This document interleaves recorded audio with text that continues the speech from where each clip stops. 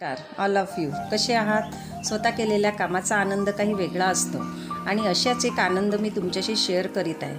मला गार्डनिंगचा शौक आहे. गार्डनिंगबद्दल खूप अनुभव तर नाही, पण मी आपलं शौक म्हणून गार्डनिंगच्या माध्यमाने पूर्ण करत आहे. चला तर आज आपण घरी स्वयंपाकाच्या कामातून निघालेल्या वेस्टेज वापरून ऑर्गॅनिक खत बनविण्याची प्रक्रिया सुरू आणि प्रक्रिया करण्यात काही चूक झाली असेल तर मला मार्गदर्शन करावे. सर्वात आधी मी छिद्र केलेली डस्टबिन बकेट घेतली, कारण वेस्टेज सडल्यानंतर वास येतो. ते जर केलं नाही आपण तर तिथून हवा पास होणार नाही आणि पुन्हा वास येईल, म्हणून सगळ्यात आधी डस्टबिनला छिद्र केलेलं बरं. त्यानंतर त्यात सर्वात आधी मी वाढलेला पालापाचोळा टाकला आणि कागदाचे तुकडे घातले थोडे थोडे, आणि थोडी माती घेतली आणि ती पण टाकली, आणि त्यानंतर जमविलेलं पालेभाज्या, पाने, देठं, कांद्याची सालं इत्यादी सर्व घातलं. आठवड्याभराचं जमा केलेला किंवा कधीकधी 2-3 दिवसात वेस्टेज जमा होतोच. त्यानंतर त्यात थोडं गुळाचं पाणी घातलं आणि थोडं सर्वांना हलवून घेतलं. यानंतर जसं जसं वेस्टेज जमा होईल तसं तसं बकेटमध्ये घालेल.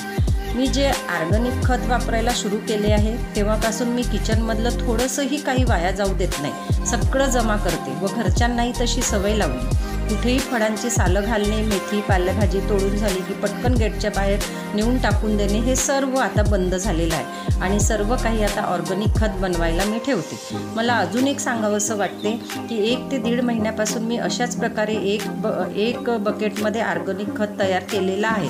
ते पूर्ण झाल्यावर मी ते तुम्हाला सुद्धा शेअर करेन. तर आजच्या व्हिडिओमध्ये एवढंच. तर पुढच्या व्हिडिओपर्यंत आपल्या आवडीनिवडीला महत्त्व वेळ देवडे वळू. आधीच्या व्हिडिओमध्ये सांगितल्याप्रमाणे 2 ते 2.5 महिन्यापूर्वी मी एका माठात किचन वेस्टपासून ऑर्गॅनिक खत बनवित आहे म्हणून सांगितलं होतं. तर बघू शकता तुम्ही किती चांगल्या प्रकारे नैसर्गिक खत, ऑर्गॅनिक खत तयार झालेलं आहे. आणि हा आहे माझा काळा सोना.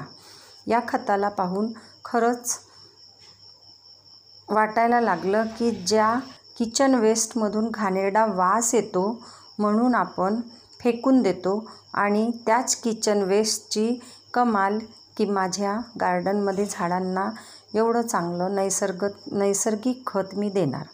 आणि हे खत मी माझ्या झाडांना देत आहे आणि तुम्ही बघू शकता की माझे झाडं कसे आहेत.